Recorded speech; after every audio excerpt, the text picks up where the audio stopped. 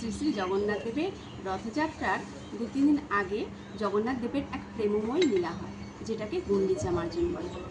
শ্রী চৈতন্য মহাপ্রভুর এক অপূর্ব লীলা এই গুন্ডিচা মার্জন। গুন্ডিচা মার্জন হলো এক বিশেষ লীলা যা শ্রী চৈতন্য মহাপ্রভু রথযাত্রার কয়েকদিন আগে নিজের হাতে সম্পাদন করে থাকেন।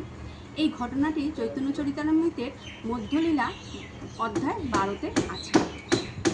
পুরীর গুন্ডিচা মন্দিরকে বলা হয় বৃন্দাবন, আর মূল জগন্নাথ মন্দিরকে বলা হয় দ্বারকা।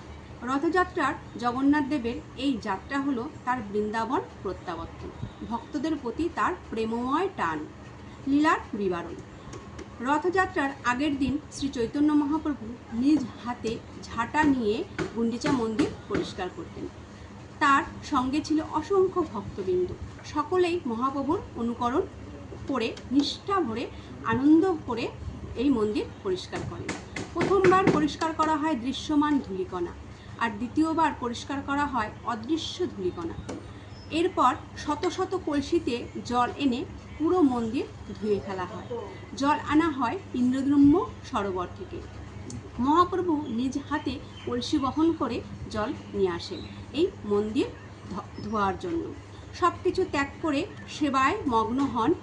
এই ঘটনাটি আমাদের শেখায় ভগবানের আগমনের পূর্বে আমাদের হৃদয়কে পরিশুদ্ধ করার জরুরি।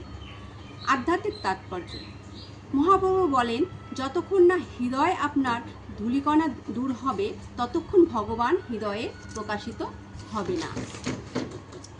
গুন্ডিচা মন্দির হলো হৃদয়, আর ধূলিকণা কাকড় এগুলি হলো হৃদয়ে জমে থাকা কাম, ক্রোধ, লোভ, মদ, মাৎসর্য।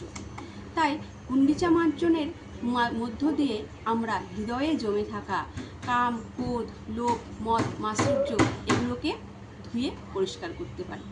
তাই আপনারা সকলে গুন্ডিচা মার্জন অবশ্যই করুন, কারণ সকলেরই গৃহে মন্দির থাকে অবশ্যই ভগবানের।